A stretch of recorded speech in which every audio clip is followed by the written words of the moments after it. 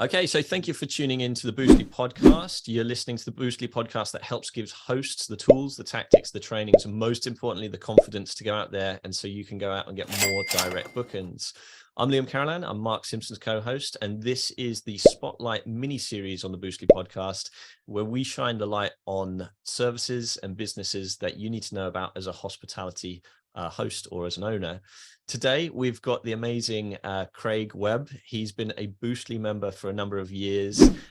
He's had 32 years in hospitality, which is amazing. So lots and lots of experience, and 17 of those was as a general manager for a hotel. He's now started up his own venture called Web Marketing, where he focuses on helping people with digital marketing and search engine optimization. And today's episode, we're going to be diving into both his journey in hospitality, and so you can pick up tips and tricks from his 32 years worth of experience. But then also we're going to be talking about what you need to be considering in your hospitality business regarding digital marketing and SEO. So let's dive into it. Welcome along, Craig. At last, Liam. Yeah, thank you for the introduction. Well, I think you've covered everything really. Yeah, 32 years in hospitality, started out just washing up, and then just grew from there. I carried on while I was at college, didn't know what else to do when I left college. I was always going to be a police officer. That never happened because I just kept getting promoted in hospitality. People kept leaving, to do other things, and I kept getting promoted. So never looked back really. And before I know it, I was a general manager with bespoke hotels. I've got about 100 hotels around the country, and I've managed about 6 or 7 hotels for them. I can't even remember now.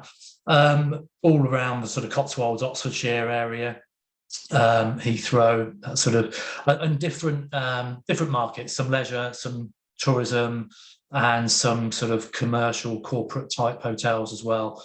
So I've sort of seen everything in the industry, from weddings, conferences, events, waits, you name it. I've pretty much done it.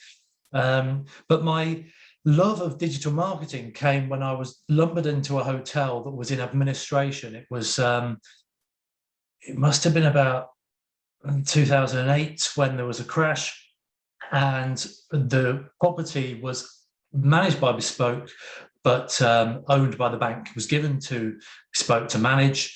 And, it's kind of like, there's the keys, we'll pay you to manage it and look after the place, and it's your job to get it sold.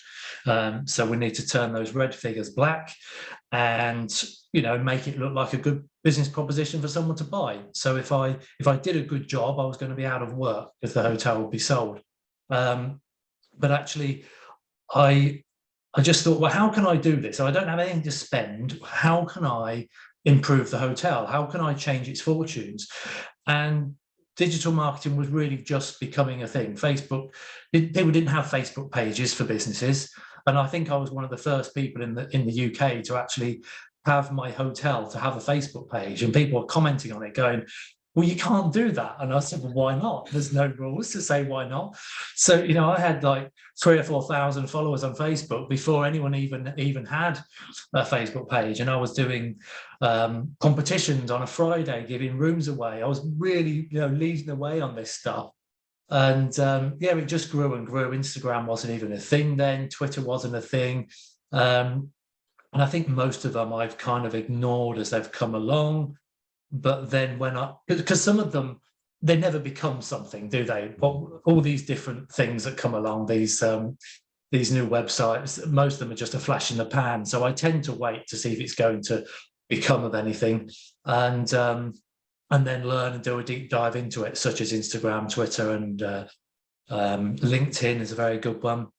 So I do a deep dive into them, learn them, apply the trade, and put that into use for the hotel to get free business. So that's what amazing. I did. I just thought, how do I get customers? So I just started doing Facebook, reaching out to the community, and try and do everything that I could do that was free to bring business to the hotel. And it just grew and grew from there. I just kept doing it and became an expert, I suppose.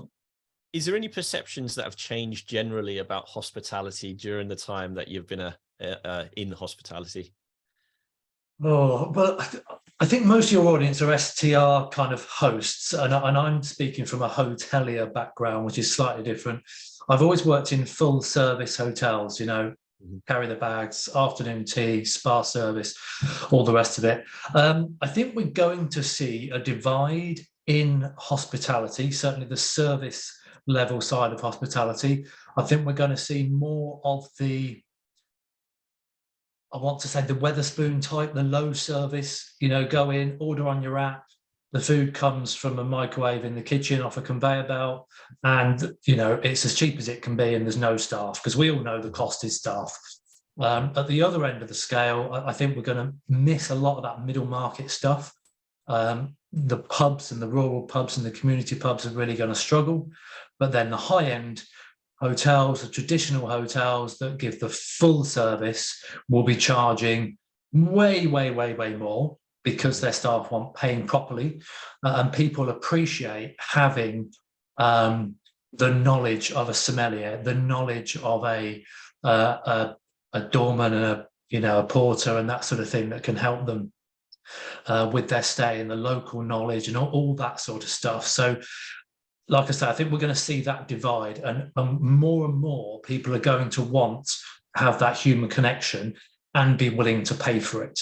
So I think people need to start deciding now what they are. Are they full automation? Key is on their phone. They just check in by Bluetooth. It's all automation. They don't touch a human being, and that's it. Or they get full service. They're met at the door. They're given a welcome pack. They're talked about the local things to do in the area.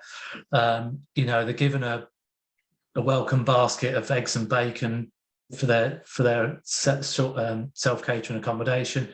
Yeah, they've got to decide, because I think we're going to see a split, and you can't be one foot in each camp now. No, I love that, and I love the insight into that as well, because I certainly, if I'm traveling for work, I'm that first category. I'm like, yeah, I'm happy to just get into a place, the kind of, like, say, Weatherspoons, McDonald's type model. But certainly if I'm taking my other half away, I want it to feel great. I want the entire experience to be sort of concierge services and things like that, to really, and I don't mind paying for that. So I can definitely see that camp where one is one is the other. So yeah, it's an interesting insight. So Craig, let's talk about the what you're doing now. So you've moved from hospitality, those 32 years, and only as we record this, only a week ago, you finished your hospitality sort of journey, and you started your own digital marketing agency. So talk me through how that came about, and what the plan is now. Well, I've already said I sort of started doing digital marketing for hotels quite a lot of years ago. And so Mark came into my life through I think it must have been a Facebook message. I can't remember how he got me in his funnel, but I was sucked into his sales funnel about 5 or 6 years ago. And it really resonated with me, because I was already on that journey, but I was self-taught. I felt I needed a little bit more guidance, and Boostly came along, and it helped me accelerate that. So that was about 5 or 6 years ago, and I implemented that at work, and then went further still. I've then been doing my own, Facebook do things, Google do their own, free courses. I've been absorbing all of those and learning more. I think during lockdown, that was about, when we're now 2 years ago or so, I set up my company in lockdown, because I had a fear of not going back to work. I thought, is the hotel even going to open? And where our hotel was based, I managed 2 hotels.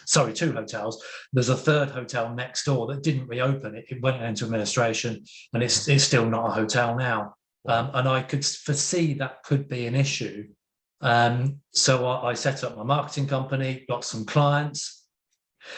My target audience at the time was digital marketing for hospitality. Now, hospitality was closed, so I probably wasn't very clever there, but actually I did get some clients, and some were pivoting, doing different things like food production and that while they were closed. So I did get some clients in lockdown, and I then had to kind of let some of them go when I went back to work, which always gnawed away at me, because I was wondering what could have been, and how could I have succeeded? So yeah, back end of last year, Q4, I thought, let's have a real effort to get some clients again. with a view to having the clients in Q1 2023. And if it works, because I can manage the hotels and the clients at the same time. And if I've got enough business, I'll let my salary go and go full time work for myself. So, I just put myself out there, and lo and behold, it happened very quickly. I was hoping perhaps to be by the end of March, but I finished at the end of January, and here we are. So, well, I'm congratulations. really excited. Thank you. That's amazing. And do you know what I'm pleased about? There's a couple of points which I want to pick up there. First of all, that with Boostly's help as well, that has given you more confidence to dive further into digital marketing, which is amazing. It certainly did the same for me in my sort of journey. Then you also mentioned that during lockdown you pivoted, which there's a lot of businesses, a lot of people listening will remember that time very freshly. I certainly do. And how I was like, do I need to go and get a job at Morrison's? What do I need to go and do? Because that was pretty much, the supermarkets was the only thing still running at the time. The great thing is that the side effect from that period of time where everyone had stopped for a while is they were able to do exactly what you've done there, which is pivot into awesome businesses and carve out journeys for themselves, which is amazing. So congratulations on the switch over to digital marketing and SEO. So let's dive further into that. What should most of the people listening to this, like say, are going to be hospitality owners of some description? What should people be considering when it comes down to particularly search engine optimization? Because it's something which for me as a host, I always think of just going, it's a lot of, what's the benefit? How much long is this going to take? How much money is this going to take? What would you say are some of the things that a host can start to do and action fairly fast, after listening to this podcast? Okay. Well, the first thing I would say is that everyone wants a quick win. They want immediate gratification. They want to post something on Facebook and for the phone to ring within 10 minutes. Well, let's face it, it's not going to happen. Facebook and social media, it's great. It gives your message out there. So you've got to think of the social media as your kind of message that's going out regularly. It might bring you a short-term booking. That's the same with Facebook ads and Google ads. That will bring you your short-term win. SEO is your long-term win. That's you're planting your trees for next year, the year after. That's really establishing your business. You're building a really good base and looking after your future. Yeah. So I kind of say to people, you've got to do both. So you've got to look after tomorrow to get a booking, that's your social media, and you've got to look after your next year bookings, that's your SEO. And if you always think like that, I think you can build your business quite nicely. Now, the second part of your question was about what people can do. There are plenty of free tools out there. Ahrefs is one of them, neilpatel.com. They've all got introductory free offers where you can use it for 3 months or a basic freemium service, and it will tell you what's wrong with your website, even if just some of the things that are wrong with your website. Well, I can tell you now that most people are not doing it. I do SEO audits quite a lot and audit people websites. Now, 9 out of 10 people's audits, the score comes back of about 75%. Well, just by fixing some really basic things, you'll be at 85 or 90%. So I know you're going to be ahead of 9 out of 10 of your competitors just by fixing some broken links, adding some more content to your page, getting your keywords right, and that will look after your future business. You'll then outrank the B&B down the road or your local competitor. Thank you. If you're listening in on the Boostly podcast, or if you're watching on the YouTube channel, we know there's a lot of places that you can put your attention, and I really appreciate you putting it with Boostly. That's it for this episode, and we look forward to seeing you on the next one. Craig, was there any last moment questions or anything I missed or comments?